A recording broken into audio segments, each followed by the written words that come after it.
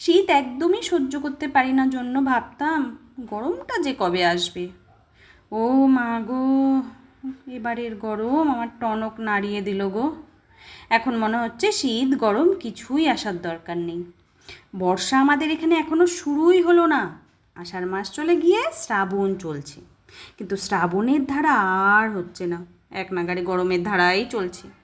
এই গরমেই রান্না করলাম ডাল ভাজা সয়াবিন আর নিজের বাড়ির গাছের করলা পাতা দিয়ে ডালের বড়া ভেজে শুক্তো। কী দারুণ লাগে এই গরমে এই শুক্তো খেতে। এ তো গেল দিনের গল্প।